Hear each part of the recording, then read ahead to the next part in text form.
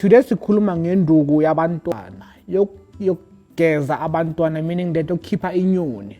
Right, we have different kinds of children and different kinds of illnesses that ezatheka abantwana abancane, more especially toddlers. Umntwana vele anebala, ibala lakhona livela entanyeni, ibala lakhona livela ngaphansi.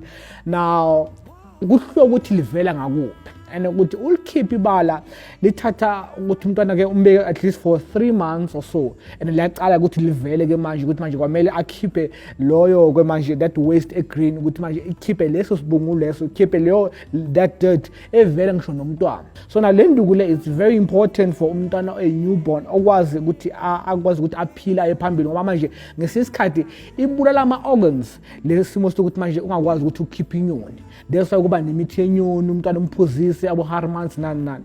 So now umuthi wenyoni usiza ngokuthi manje igeza umntwana ngaphakathi, isusa umkhokha, isusa konke, isusa ngisho isimo nje esibhedayo. So sikhuluma ngenduku kanje manje ukuthi kuya ngokuthi inyanga yakhona ukuthi yona uyihlanganisa kanjani ukuthi isuse that particular illness phakathi umntwaneni. So now la umntwana uyapeyitwa, umntwana uyenzela imbiza kancane ukuthi manje imclean isystem yakhe ukuthi manje akwazi ukuthi akhule abe right.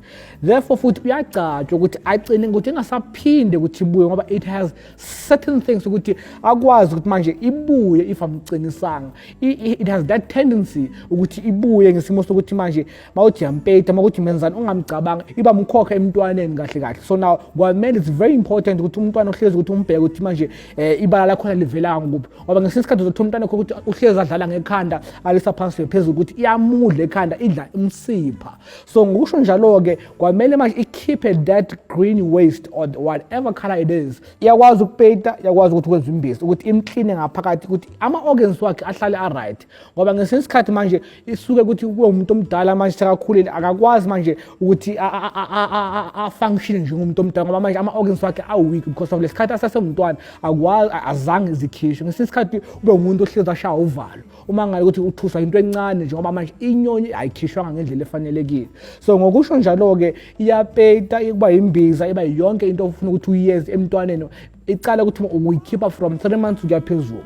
So now iyakwazi ukuthi manje ishaya umntwana nje ahlangahlangane, uzibuze ukuthi umntwana ulawula and kanti lutho akusena lutho, ngoba manje idle all the sensitive parts emntwaneni. Iyakwazi ukwenza ukuthi umntwana futhi abe ne-problem yengqondo, iyakwazi ukuthi umntwana abe ne-problem ye-speech, iyakwazi ukuthi umuntu ukuthi imenze ukuthi umntwana abe ne-problem ukuthi ezwe, because of now idla all the sensitive parts of umntwaneni. So it's very important for umzali ukuthi akhiphe umntwana inyoni ukuthi ingamudli, ngoba manje yakwazi ukuthi imudle ngendlela enyini exakile. So le nduku le inhle kabi ukuthi manje ke after that 3 months ikhipha yonke that waste ukuthi aphile abe healthy, abe indoda, ngoba ngesikhathi manje iyamudla umntwana ukuthi ayancipha awonde nje ngendlela exakile. So now it's very important for umzali akwazi ukuthi akhiphe umntwana inyoni, amenzile imbiza or amise enyangeni yakhe ukuthi bampeyite, bamsebenze futhi bamcinise ukuthi engasaphindi ibuye esimweni somntwana omncane. Ikhipha ngisho novalo,